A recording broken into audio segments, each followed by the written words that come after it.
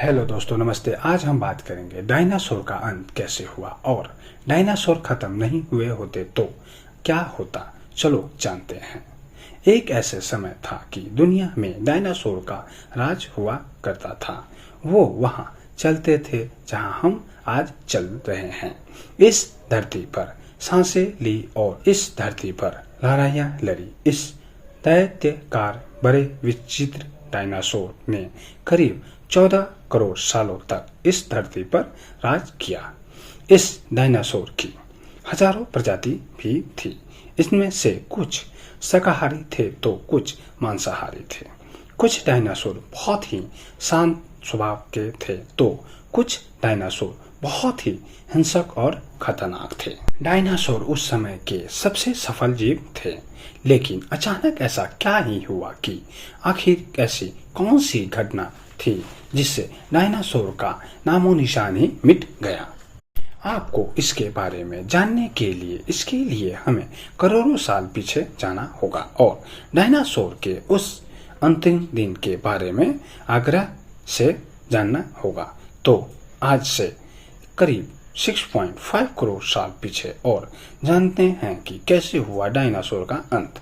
आज से करीब 6.5 करोड़ साल पहले धरती पर मौसम सामान्य था। समुद्र की ठंडी हवा और बड़े बड़े पेड़ थे। चारों तरफ डायनासोर के चिल्लाते और चीखने की आवाजें थी। जब डायनासोर की सारी प्रजाति धरती पर बड़े आनंद से अपना जीवन गुजार रहे थे, तब 10 करोड़ साल पहले ही इसकी किस्मत लिखी जा चुकी थी। 10 करोड़ साल पहले एक छोटा सा एस्टेरॉयड धूमकेतु का टुकड़ा जो सुदूर अंतरिक्ष से आ रहा था और वह पृथ्वी से लगभग 20 करोड़ मील दूर मंगल और बृहस्पति ग्रह के बीच बने ध्रुव में ग्रह के बीच में ध्रुव में घूम रहे एक बड़े एस्टेरॉयड धूमकेतु से टकराता है और इस टकराव से उस बड़े एस्टेरॉयड की दिशा बदल जाती है।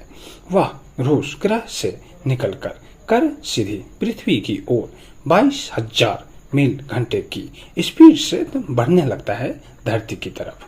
जब यह एस्टेरॉयड धूमकेतु पृथ्वी के वातावरण के संपर्क में आया, तब इसकी रफ्तार बहुत ही ज्यादा बढ़ गई थी। उस वक्त उसकी रफ्तार करीब 70,000 किलोमीटर घंटा हो गई थी। पृथ्वी के वातावरण में घुसते ही घर्षण के कारण एक भयानक आग के गोले में वह एस्टेरॉयड बदल गया।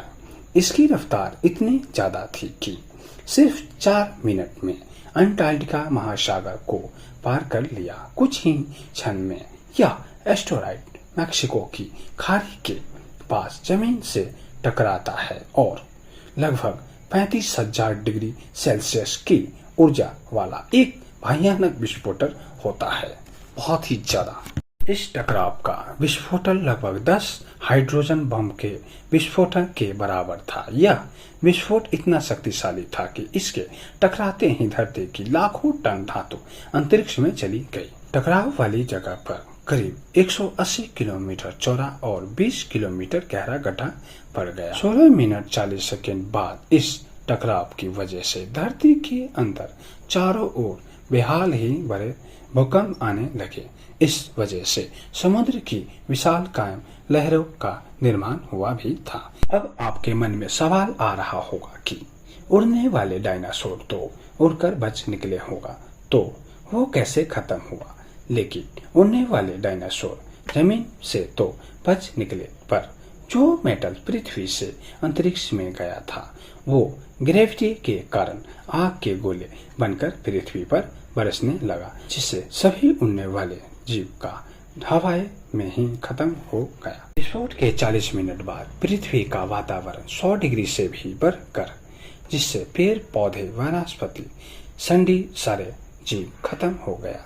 विस्फोट के 90 मिनट बाद तापमान 200 डिग्री के ऊपर चल गया, जिसकी वजह से जो डायनासोर या अन्य जीव विस्फोट के इलाके से हजारों मील दूर थे तो भी उस गर्मी से बच नहीं पाया। महाप्रलय नए और छोटे जीवों के लिए बहुत ही लाभदायक था।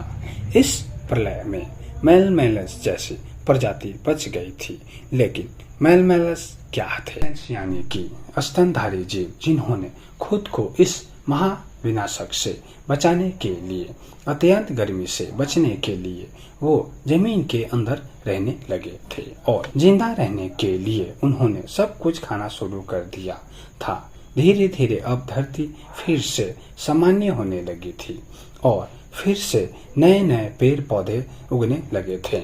यही कारण है जो कि बच गया था और छोटे छोटे जीव भी है। उसके बारे में फिर से वीडियो बनाएंगे, आप कमेंट जरूर कीजिएगा, ठीक है। यहाँ तक वीडियो देखने के लिए धन्यवाद। चैनल पर नए हो तो सब्सक्राइब करें और बेल आइकन को प्रेस करें ताकि हर वीडियो सबसे पहले आपको देखने को मिले।